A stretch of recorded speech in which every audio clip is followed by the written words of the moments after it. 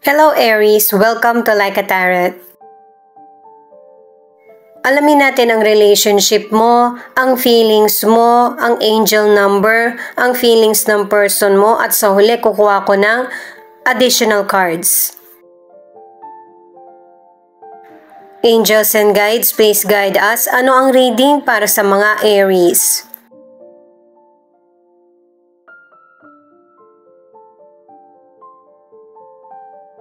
Ito ang mystical card para sa relationship mo. Courage. Yung tapang at saka lakas ng loob, yan yung magbibigay sa'yo ng tagumpay. I-try mo yung mga oportunidad na darating sa buhay mo. Okay lang kahit na magkamali ka. Kasi isa yan sa stepping stone para sa pagtupad ng pangarap mo.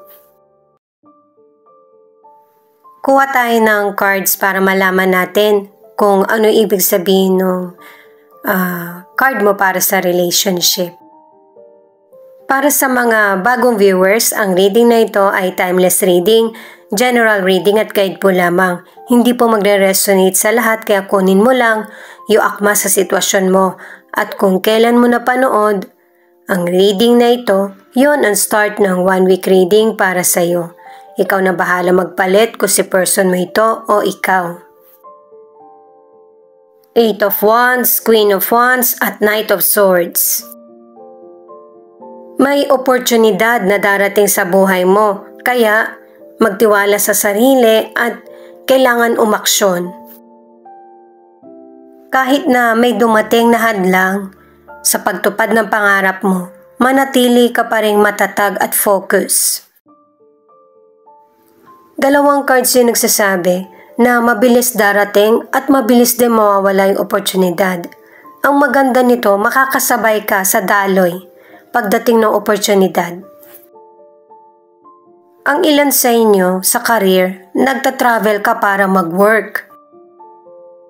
Ang ilan naman sa inyo, yung business mo, ini-export mo yung item na in-order. Ipinapakita rin na marami kang ambisyon at isa-isa mo tong binibigyan ng katuparan. Sa mga single, mamimit mo yung potential person sa mga social activities mo. At saka itong potential person na to, pareho kayo ng gusto, pananaw at hobbies. At sa umpisa, magiging magkaibigan lang muna kayo. Pero unti-unti, mas lalong nade-develop yung feeling nyo sa isa't isa. Hanggang isa sa inyo yung mag-propose. Sa mga nasa relationship, ang ilan sa inyo puno ng excitement at saka in love kayo sa isa't isa. Wala ring boring na moment sa relasyon nyo. Ito muna yung card mo para sa feelings mo. Relax. Kasi may oras ka pa para ma-achieve mo yung mga nais mo sa buhay. Marami ka pang matutupad na pangarap, lalo na kung focus ka sa kung ano yung mas importante sa buhay mo. Ituloy ko lang, ang ilan sa inyo na nasa relationship, lahat ng problema na pinagdaraanan mo sa buhay ay hinaharap mo. Minsan, nagiging pagtatalo pa ito, umiinit yung diskusyon. At saka, ang ilan sa inyo na nasa relationship, nakikitaan mo na yung person mo na unti-unti na siya nagbabago. Yung bang nawawala na yung interest niya. At alam mo na kung ano yung mangyayari sa relasyon nyo. Handa ka na sa kung magkakahiwalay kayo, or magiging mas mainit ang pagtatalo, or yung magkaroon ng katibayan, yung pagdududa mo.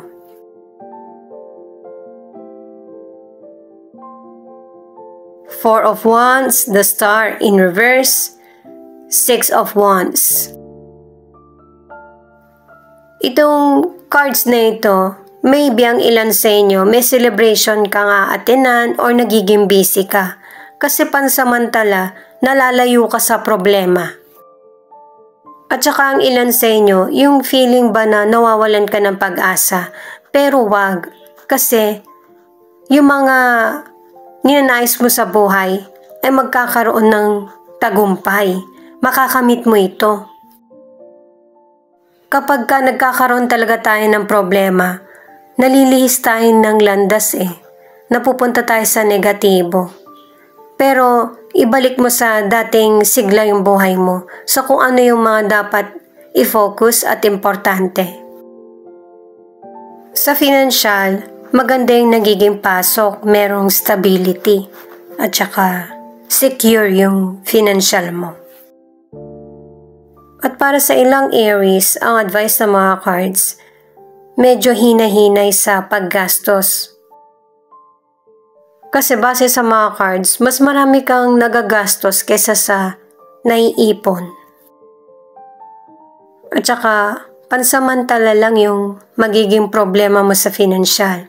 Unti-unti makakaluwag-luwag ka na. Mababayaran mo na din yung mga nahiram mong financial. Sa mga single, nakadalawang cards ka na makikilala mo yung potential person na loyal at supportive sa iyo. Kaya huwag kang mawala ng pag-asa. Kailangan din ng pagkilos mula sa iyo. Kasi darating yung potential person na ikakatuwa mo. Kasi sakto yung hinahanap mo na potential person. Yung dream partner mo yung darating. Ang ilan naman na nasa relationship, safe, secure at saka yung malalim yung commitment nyo sa isa't isa ng person mo, may posibilidad na magpakasal pa kayo. Ito yung angel number sa relationship, 333. You are on the perfect path of alignment with your purpose. Ito naman yung angel number mo. 1111. Money will flow into your life from all directions. Type 1111 to receive. Nagko-connecta na lahat ng cards mo. Ito naman yung card ng person mo. 9. Move on to life's next chapter. Alamin natin yan mamaya. Ituloy ko lang. Ang ilan sa inyo kasi nakadalawang cards ka na para sa celebration. May kasalan, binyagan, parties, yung mga ganun ba? Ang ilan naman na nasa relationship, ang advice ng mga cards, kung nagkakaroon ng problema sa relasyon, huwag kayong mag-focus ng person mo sa negative. Mahirap yung sinasabi ng mga cards pero wala kasing magiging choice Kailangan isa sa inyo ng person mo yung unang makikinig para malalaman kung ano yung tamang solusyon sa problem. Affirmation. Itong card ng person mo, sinasabi sa kanya na mag-ingat sa mga binibitawang salita. At saka matutong magpasalamat sa mga blessings, maliit man ito o malaki. Kung ano yung naiisip ng person mo at sinasabi niya, yun talaga yung mangyayari. Kaya positive ang i-apply sa buhay. At saka ang ilan sa inyo kung nagkakaroon ng problema ang relasyon, mareresolbahan nyo ito. Huwag nyong isantabi lang. Kung kailangan ng pahinga, okay, magpahinga. Pero huwag nyong patagalin na maging malala yung problem. Yung cards ng person mo negative, siya yung mas pinanghihinaan ng loob. 7 of Swords, 5 of Swords, 10 of Swords.